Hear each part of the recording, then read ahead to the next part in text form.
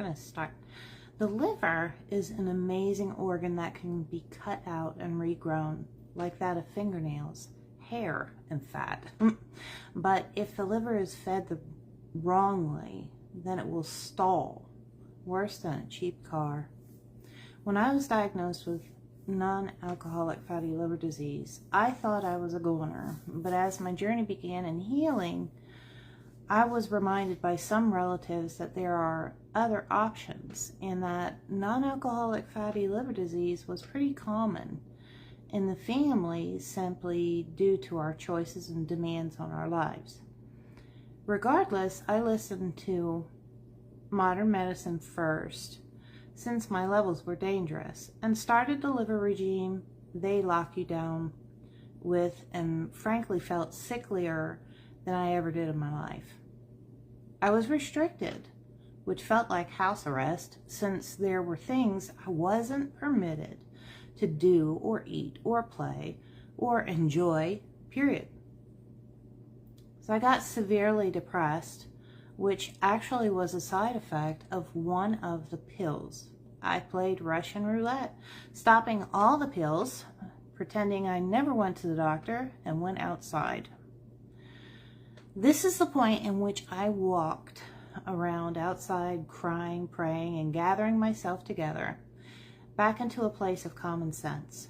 How I had gotten to the point of having non-alcoholic fatty liver disease wasn't altogether the same way as it had been for the rest of the family members.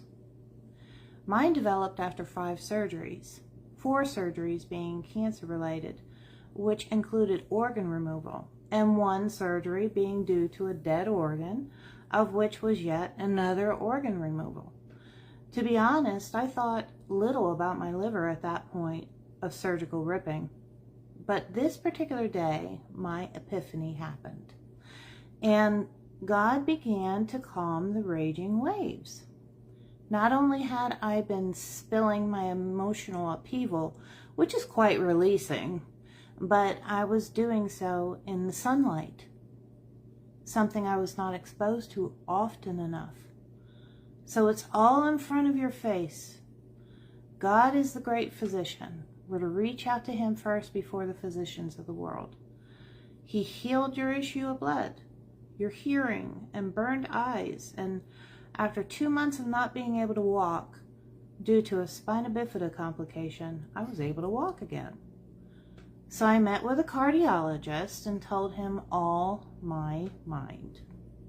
He laughed at my resistance and was in favor of my trying a natural way, but told me to take 2 Bayer aspirin, that's a name brand here in the United States, daily. So I decided to not take the Bayer, not for any reason other than fear of the unknown. What I did do is attack the root cause and study and practice. I found a free 5-day seminar that was based on the liver and did the things. But before I go on, I want to tell you that I should have kept up the Bayer. I should have done the Bayer and the aspirin, okay? Because he knew more about my blood. He knew more about the state of my heart than what I did, okay? So when you address that fear, find out why. Talk to your cardiologist. Wow. Talk to your cardiologist more. Talk to God, more. Get that peace and everything through that. So that's a hindsight thing. I don't know if I can still start it or not. We'll find out.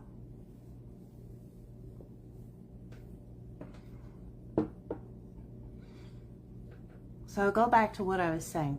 So today I'm going to give you 4 more things to do to avoid the pain of liver disease. Okay?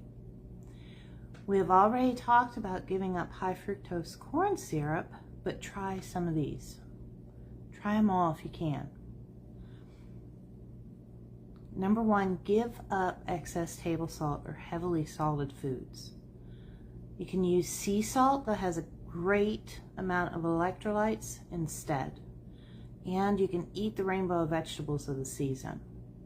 Sometimes that table salt It's just a habit. But there's a better salt that's actually needed for your body, and the body craves it. So number 2 is to stop excessive foods that are fried in high smoke point oils. Okay, not only are they carcinogenic, but they're very damaging to the liver. You can use olive oil and avocado oil instead, and just keep some soy oil, you know, and keep that to an absolute minimal. Number three, I'm going to lead by example with this one, okay? Even though, okay, this is something I'm going to do today that I've never done before, and it's very exposing, so I'm all over the map with this, a little nervous, but you know what? Sometimes you just got to do this stuff. You got to be brave, and you got to do it, and you got to expose yourself so that you can help someone else get over the hump and get past it and feel a little more normal, you know, and not be afraid and not give in to peer pressure and things like that, okay? Number 3 is simple like this: give up smoking. Now, I'm going to do this by example, as I said. Even though I never smoked tobacco, I never smoked marijuana, I quit all that stuff back when I quit smoking marijuana when I was 18 years old, okay? And to that point, I only did it 3 times in my life. So, that isn't even a thought, okay? And quitting tobacco, I did that decades ago. I haven't smoked tobacco. So it's like, well, what are you smoking? Well, there's a lot of things people smoke all over the globe, and they do it for a variety of reasons. And I'm going to quit all that. Okay? I'm quitting it. So I've smoked herbal blends, and I've only done it maybe, well, it's usually every 3 months that I do it, okay? And I've actually encouraged people in the past, and the company actually does this too, that you can use it to calm down your cravings from tobacco and quit altogether. Now, I do understand the raw tobacco values and things like that, but it's actually better used topically on the skin for when you have stings and things like that. Now, do the herbal blends that I'm talking about, do they alter the mind? No. But the smoke inhalation isn't good for the liver. Not at all. Because you think, well, it's just going to the lungs. No, actually, anything that you put into the body affects the entire body in some way. Okay? So the herbs can be taken in capsules instead, or placed into candles, okay? Or a bonfire for aromatic healing and enjoyment. It's just as someone could throw cinnamon on the inside of their oven and just let that permeate through your home. These herbs are similar, okay? Instead, and enjoy the great outdoors in the sunshine, breathing in fresh air as much as possible. Okay, so I said I'm going to lead by example, and I have this little old box, okay? I have this box, and it was given to me as an heirloom. I have no sentimental value with this box whatsoever, none. And because I don't have the memories of whomever else did, so it's just a box for me. But on the inside, I have my little herbies, okay, and they're herb blends. And I've talked to some, like I said, about these and the herb blends, and you'll be able to, I'm going to try and cover up the business name here, okay?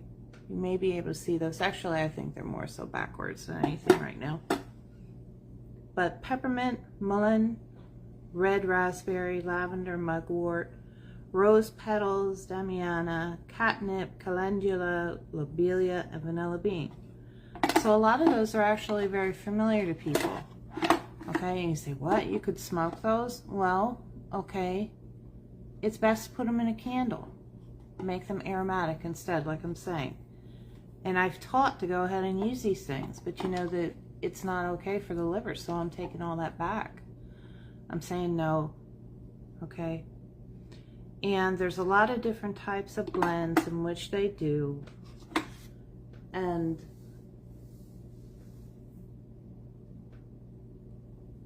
the same herbs can be taken freshly as a tea or a tincture, okay?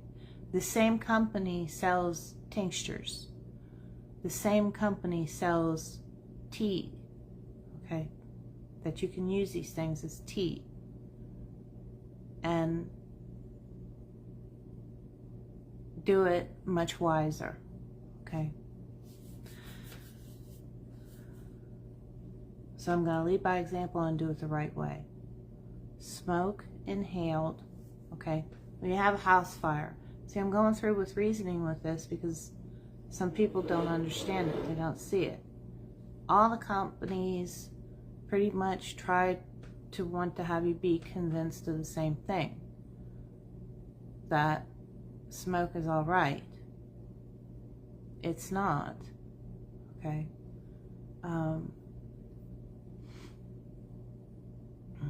But instead of hyper acting on that right now, go to number 4. You need to stop the heavy drinking of alcoholic beverages. Okay.